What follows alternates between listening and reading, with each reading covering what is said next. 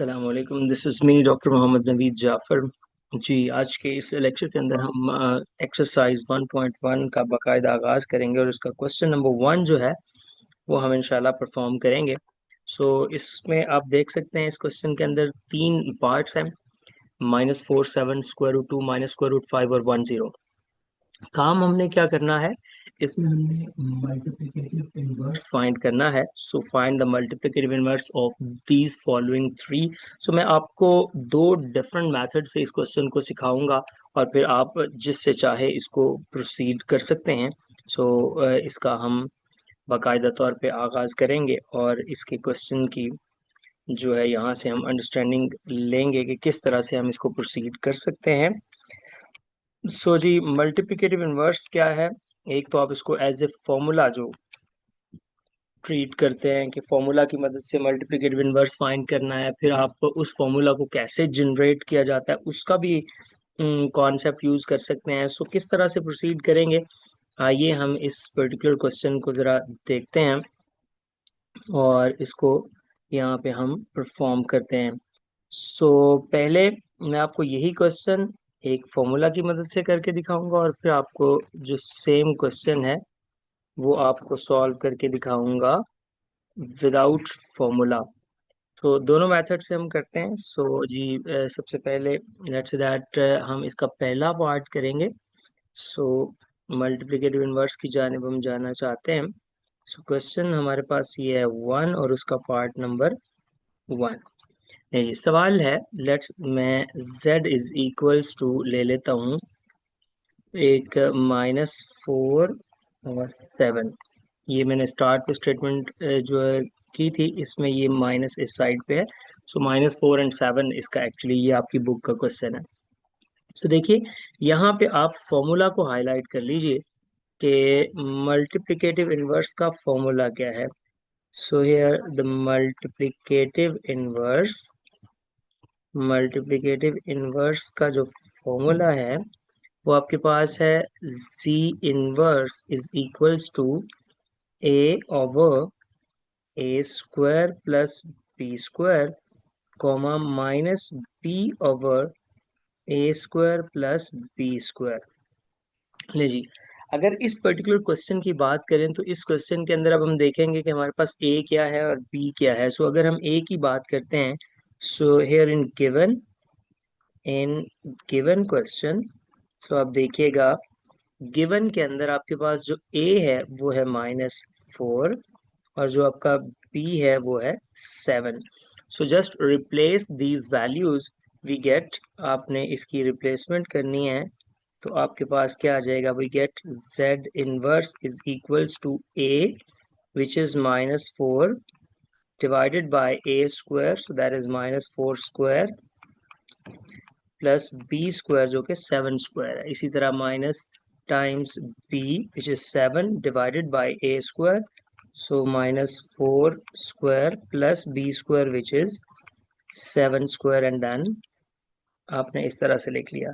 ये आपके पास आ जाएगा -4 over 16 plus 49 and then -7 over 16 plus 49।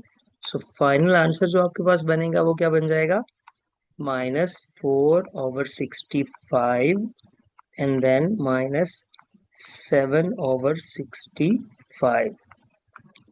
नहीं जी, ये इसका मल्टीप्लिकेटिव इनवर्स आ गया।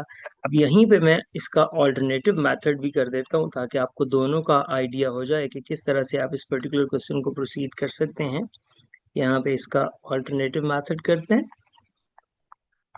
और ऑल्टरनेटिव मेथड में हम डिवीजन का कॉन्सेप्ट जो होता है उसको भी यूज करेंगे, ऑल्टरनेटिव मेथड। इस मेथड के अंदर आपने अब क्या करना है, मैं एक क्वेश्चन में दोनों मेथड सिखा रहा हूँ ताकि आपका कॉन्सेप्ट जो है वो बन जाए। एक्चुअली हमारे पास जो कॉम्प्लेक्स नंबर है वो है -4 प्लस 7 आयोटा, मैंने ऑर्डर पेयर से कॉम्प्लेक्स की फॉर्म में लिख लिया। अब z inverse is what, you know that z inverse is 1 over z which is 1 over -4 plus 7 iota, and you know that जब भी आपके पास डिनोमिनेटर के अंदर आयोटा आ जाता है तो आप इसको रेशनलाइज करते हैं और वो रैशनलाइजेशन क्या है कि अगर आपके पास 1/-4 + 7 आयोटा है तो आपने क्रॉस कर देना है -4 - 7 आयोटा। इमेजिनरी का साइन चेंज करके उसको आपने मल्टीप्लाई और डिवाइड कर देना है। सो यहाँ पे आ जाएगा -4 - 7 आयोटा डिवाइडेड बाय, अब ये a+b इंटू a-b का फॉर्मूला है -4 square minus then 7 iota square. So after solving this, we get -4 - 7 iota divided by 16 - 49 iota square. And you know that what is iota square? -4 - 7 iota divided by 16 plus 49. अब हम इसको plus भी करेंगे और अलग-अलग भी लिख देंगे, सो ये आ जाएगा -4/65 minus 7/65 iota, and you can just write it into the form of order pair. So -4/65 minus 7/65, that is our final answer. So इस तरह से आप जो है इसका मल्टीप्लिकेटिव इनवर्स का रिजल्ट जो है उसको प्रूव कर सकते थे। अभी हमारे पास इसके दो पार्ट और हैं, तो उनके जानिब चलते हैं और उन सबको परफॉर्म करते हैं। सो नेक्स्ट पार्ट देखिएगा, आपके पास सवाल कुछ ऐसे है। इसका जो पार्ट नंबर 2 है उसको करते हैं, और वो है z इज इक्वल्स टू √2 और -√5. So here that is the question, and you know that if we just perform it with the help of formula, and you know that the formula is what? Formula is z inverse is equals to a over a square plus b square, and then negative b over a square plus b square. That is the formula for this particular question. So for this we know that a is equals to what, which is √2, and b is equals to negative times √5. Now just replace the values.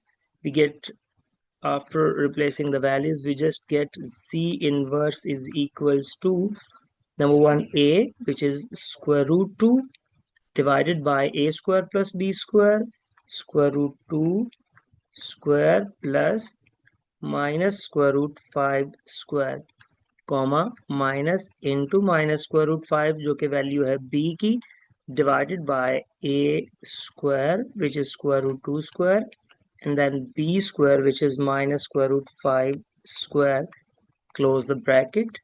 You just get √2 divided by 2 plus 5, and then negative negative positive, √5 divided by 2 plus 5. So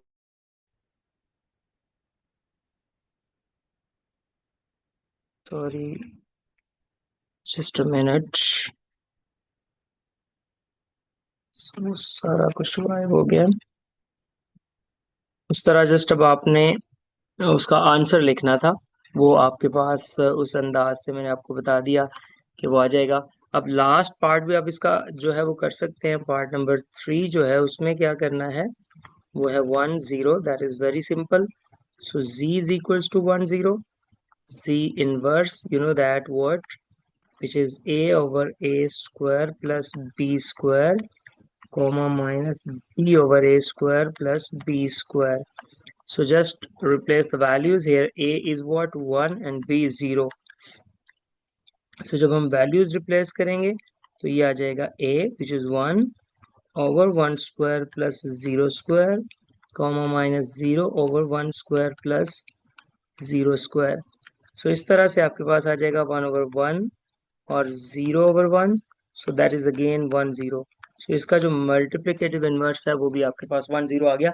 So मेरी तरफ से एक छोटा सा task है, और वो task क्या है, और वो टास्क आपके पास ये है कि अगर आप 0 1 का मल्टीप्लिकेटिव इनवर्स बताएं और मुझे कमेंट सेक्शन के अंदर इसका आंसर करें।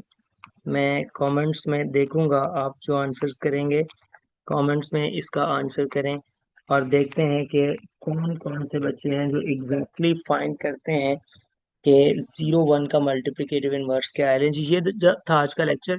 किसी भी किस्म के प्रॉब्लम के लिए कोई आपको मसला होता है तो आप मुझे इस नंबर पर रब्ता कर सकते हैं। ये मेरा ईमेल एड्रेस है।